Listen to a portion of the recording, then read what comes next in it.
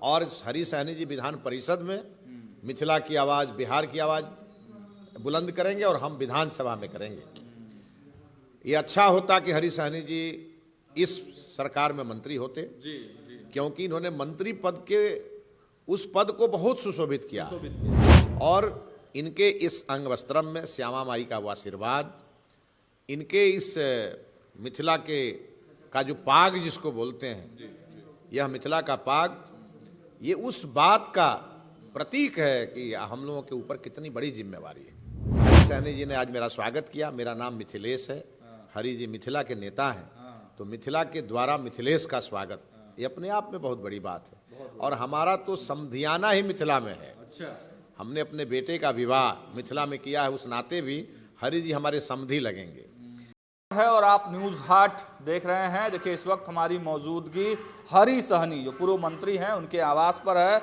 और देखिए, दो भाजपा के कद्दावर नेता हमको एक साथ मिल गए हैं। दोनों लोगों से बातचीत करेंगे।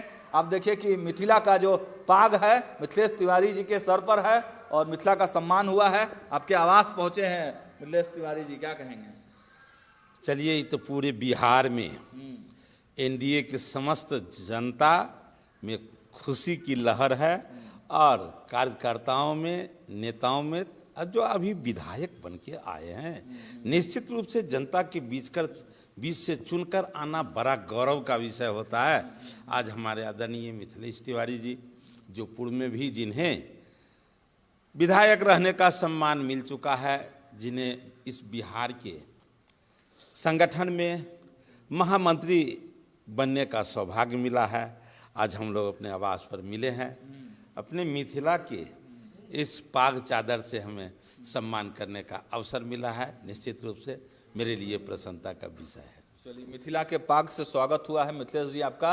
और दोनों लोगों में एक कॉमन बात बता दे, दोनों सनातनी हैं, दोनों लोग सनातनी, क्या कहेंगे?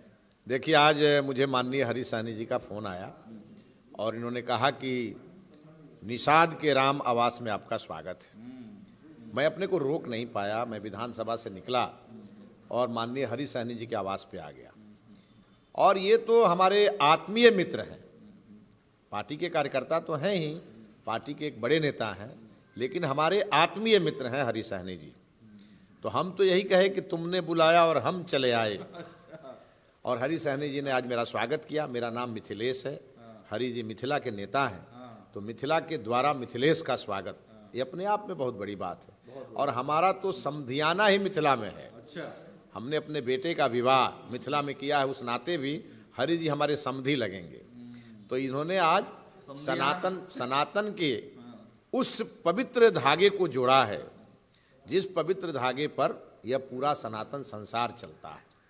और इनके इस अंग वस्त्रम में श्यामा माई का वो आशीर्वाद, इनके इस मिथिला के का जो पाग जिसको बोलते हैं, यह मिथिला का पाग, ये उस बात का प्रतीक है कि हम लोगों के ऊपर कितनी बड़ी जिम्मेवारी है। और हरी सहनी जी विधान परिषद में मिथिला की आवाज़, बिहार की आवाज़ बुलंद करेंगे और हम विधानसभा में करेंगे। ये अच्छा होता कि हरी सहनी जी इस सरकार में मंत्री होते, क्योंकि इन्होंने मंत्री पद के उस पद को बहुत सुशोभित किया और ये कई कारणों से बिहार में जाने जाएंगे। इन्होंने इतना अच्छा काम किया, अति पिछड़ा समाज को, निषाद समाज को जगाया, निषाद राजगुह्य के का आयोजन बड़ा कराया। और चूंकि बहुत सारे विधायक जीत के आए हैं, पार्टी की मजबूरियां रही होंगी, इस कारण से हरी जी को मौका नहीं मिला, लेकिन हरी जी हमारी पार्टी के बड़े नेता हैं। इनका महत्व मंत्री पद से हमेशा ज़्यादा रहने वाला है। चर्चा तो आपके नाम की भी। और हम लोग तो भाजपा के संतरी हैं, मंत्री जिनको बनना था उनको मंत्री पद मिल गया, और हम लोग संतरी हैं और संतरी बन के ही बिहार का काम करेंगे। आप लोग दोनों मुलाकात हुई, कोई पॉलिटिकल बातचीत भी हुई हरी जी? भाई, सम्मान का आज का मेरे नज़र में था कि मेरा सम्मान बाकी है। अच्छा। तो इस नाते हम लोग दोनों आदमी का आज मिलन हुआ है। और फिर योजना, काम, ये तो हर पल हर क्षण जो मुझे जानते हैं वो निश्चित रूप से जानते हैं कि मैं थोड़ा देश धर्म संस्कृति की बात और निषाद समाज की बात करता हूँ, इसीलिए निषादों को जगाने में सफल रहा। मैक्सिमम वोट निषाद समाज का आया है, मुझे इस बात का गौरव है, हमारे पार्टी को भी इस बात का गौरव है। तो ये काम तो निरंतर चलता रहेगा। केस आने का टाइम फीस हो गया, उधर कह रहा है कि लोग की वोटें ट्रांसफर नहीं करवाते हैं। अब तो ये आप समझ जाइए, जो जमीन पर जो काम करते हैं और दूसरे तरफ कागज पर और मंच पर करते हैं, ये दोनों में तो हमेशा से अंतर रहा है, आज भी अंतर रहा है और कल भी अंतर रहेगा। मैं जमीन पर अपने समाज को काम करके दिया हूँ। जितने मत्स्यजीवी सहयोग समिति के हमारे जुड़े लोग हैं, सभी को इस बात का एहसास हुआ है, आगे भी इसका लाभ मिलता रहेगा। देखिए, ऐसा है कि बिहार में हमारी पार्टी को, एनडीए को सर्व समाज का वोट मिला है, लेकिन अति पिछड़े समाज ने झोली भर दिया है।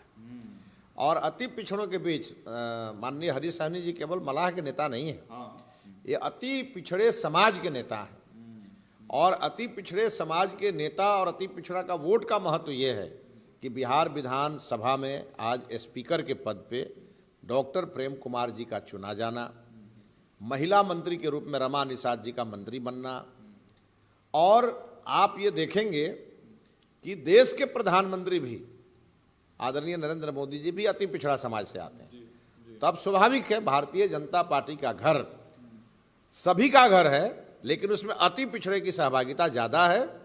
और अति पिछड़ा समाज ने उसी भाव से इस बार एनडीए की झोली भरी है। इसलिए हरीश सहनी जी के माध्यम से ये सम्मान पाना मेरे लिए बड़े ही गौरव का क्षण है, क्योंकि मेरे विधानसभा में अति पिछड़ों ने कमाल किया है, पूरा कमाल किया है, और मेरा पूरा चुनाव वही लोग लड़े हैं। एक छोटा सा पॉलिटिकल सवाल, चूंकि बहुत ज़्यादा पॉलिटिकल तो हम लोग नहीं करेंगे, चूंकि ये आत्मीय मिलन का कार्यक्रम हुआ है आप लोगों के बीच में, तो बहुत ज़्यादा नहीं, लेकिन एक सवाल बिहार के राजनीति में ये कौंध रहा है कि अति पिछड़ों पर बड़ा फोकस कर रही है भाजपा। क्या नीतीश कुमार के वोट बैंक पर नजर है? नहीं, ये हमारे भारतीय जनता पार्टी के शिखर पुरुष पंडित दीनदयाल उपाध्याय जी का मंत्र है अंत्योदय, और उसी को भारतीय जनता पार्टी कर रही। अंतिम व्यक्ति का जब तक उदय नहीं होगा तब तक राष्ट्रीयोदय नहीं हो सकता है। और इसीलिए हमारे माननीय प्रधानमंत्री जी हों या हरीश सहनी जी हों या हमारे पार्टी के का शीर्ष नेतृत्व बिहार में हो, आप देख रहे हैं हर जगह अंत्योदय पर पार्टी काम कर रही है। और इसीलिए फोकस अति पिछड़ा समाज पे और एससी समाज पे होना लाजिमी है, स्वाभाविक है। चलिए, तो देखा आपने, साफ साफ आत्मीय मिलन हुआ है, स्वागत हुआ है, ये तस्वीरें हमने आपको दिखाई।